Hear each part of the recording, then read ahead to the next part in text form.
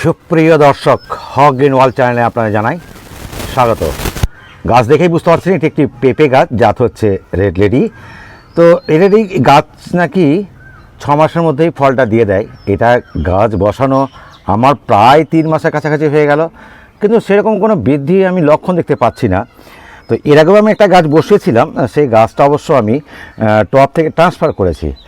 তো আমার মনে হলো যে টবে বসাবেন ঠিকই একটা নির্দিষ্ট সময় পর্যন্ত, তবে একটু বড় হয়ে গেলে গাছটা আমার মনে হয় একটু বড় জায়গায় যদি বসান তাহলে কিন্তু এর বৃদ্ধিটাও থাকবে এবং 6 মাসের মাথায় কিন্তু ফল দেবে। আসলে আমরা যে সমস্ত ছাদ বাগানি শখ করে বিভিন্ন ফল, দেখতেই পাচ্ছেন সফেদার গাছ আছে এখানে, আর এটা হচ্ছে বেদানার গাছ। তো এরকম গাছ আমার বেশ কিছুই দেখতেই পাচ্ছেন। তো পাতাবাহারও আছে, যাকে আমরা কলিয়াস বলি। তো আমরা যারা শখ করে বাগান করি, আমাদেরও শখ হয় যে অন্যান্য গাছগুলো ছাদ বাগানে যেন করতে। তো এই ফুল গাছের সাথে সাথে আমি তাই পেঁপে গাছটাও শখ করেই বসেছিলাম। দেখতেই পাচ্ছেন বিভিন্ন রকম গাছ আমার এখানে রয়েছে। পেঁপে গাছের ভিডিও করতে এসে আপনাদের অন্যান্য গাছগুলো একটু দেখিয়ে দেওয়ার চেষ্টা করছি। এই চলে আসি সেই পেঁপে গাছটা। এই গাছটার বয়স কিন্তু আমার 6 মাস হয়ে গেছে, কিন্তু আমাকে বলা হয়েছিল 6 মাস আপনি পেঁপে হারভেস্ট করতে পারবেন। কিন্তু ওই যে কিছুদিন আমি টবে রাখার জন্য গাছটার বৃদ্ধি ঠিক ছিল না, তখন আমার এই টবটি 30 ইঞ্চি বাই 20 ইঞ্চির যে বড় টব, এটা এখানে একটা পেয়ারা গাছ বসিয়েছি। গাছটা একদম বড় হয়নি, তাই পাশেই আমি একটা পেঁপের গাছ বসেছি। এবং আমি কদিন থেকে গতকালকে লক্ষ্য করেছি, এই যে দেখতে পাচ্ছেন কি না আমি দেখাতে পারবো না, ফুলের আগমন কিন্তু হয়েছে। তো আমি ভাবলাম যে বোধহয় ফুল, এই ফুল থেকে ফল হতে পারে।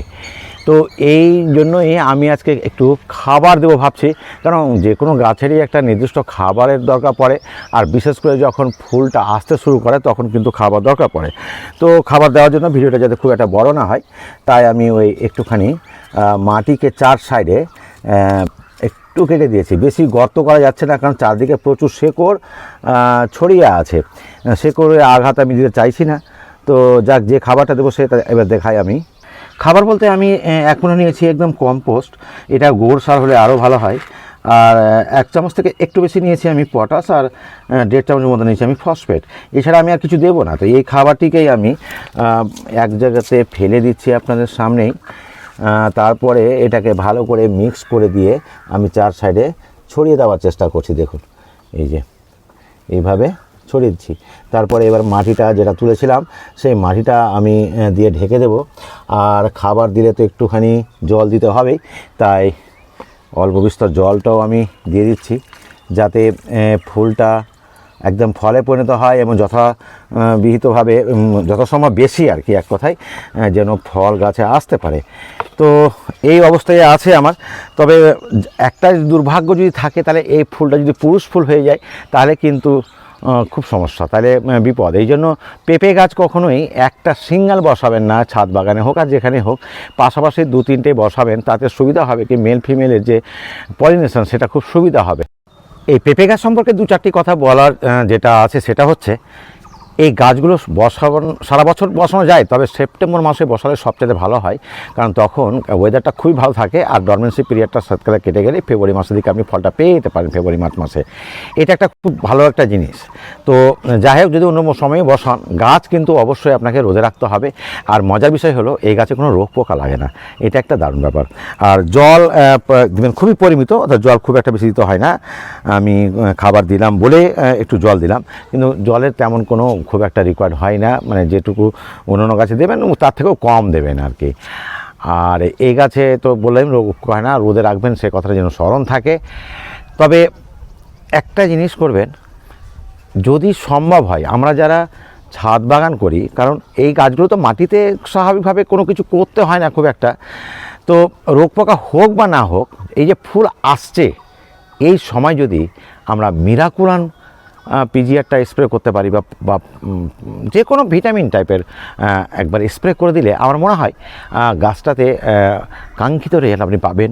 সেদিকে একটু খেয়াল রাখবেন, সেটা করতে পারলে আমার মনে হয় সবচেয়ে উত্তম। কারণ সামনেই হচ্ছে বর্ষাকাল, এই ফুলগুলো যাতে পচন না ধরে সেটার জন্য আবার গ্যাপ রেখে মাঝখানে আপনি 1 সপ্তাহ গ্যাপ রেখে একটু ফাঙ্গিসাইড স্প্রে করে দিলেন। অন্য গাছে যখন করবো আমরা ঠিক ওই সময় করে দিতে হবে।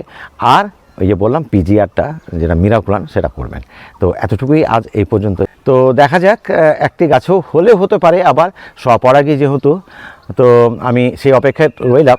তো পেঁপে আসলেই আশা করি আগামী 3-4 সপ্তাহের মধ্যে তার একটা রেজাল্ট বা নমুনা আমি দেখতে পাবো, এবং তখন ভিডিওটা অবশ্যই নিয়ে আসবো। তো বন্ধুরা, সেই ভিডিও দেখতে হলে তো আমার চ্যানেলটিকে সাবস্ক্রাইব করবেন, আর পরবর্তী ভিডিও অন্যান্য ভিডিও দেখার নোটিফিকেশান পেয়ে যাবেন। তো যদি ভালো লাগে আপনাদের এই জিনিসটা, ভিডিওটা, তাহলে অবশ্যই সাবস্ক্রাইব করে নেবেন আর কমেন্ট করবেন কিছু জানার থাকলে। আজ এইটুকুই, ছোট্ট একটা ভিডিও। ভালো থাকুন, সুস্থ থাকুন, ধন্যবাদ।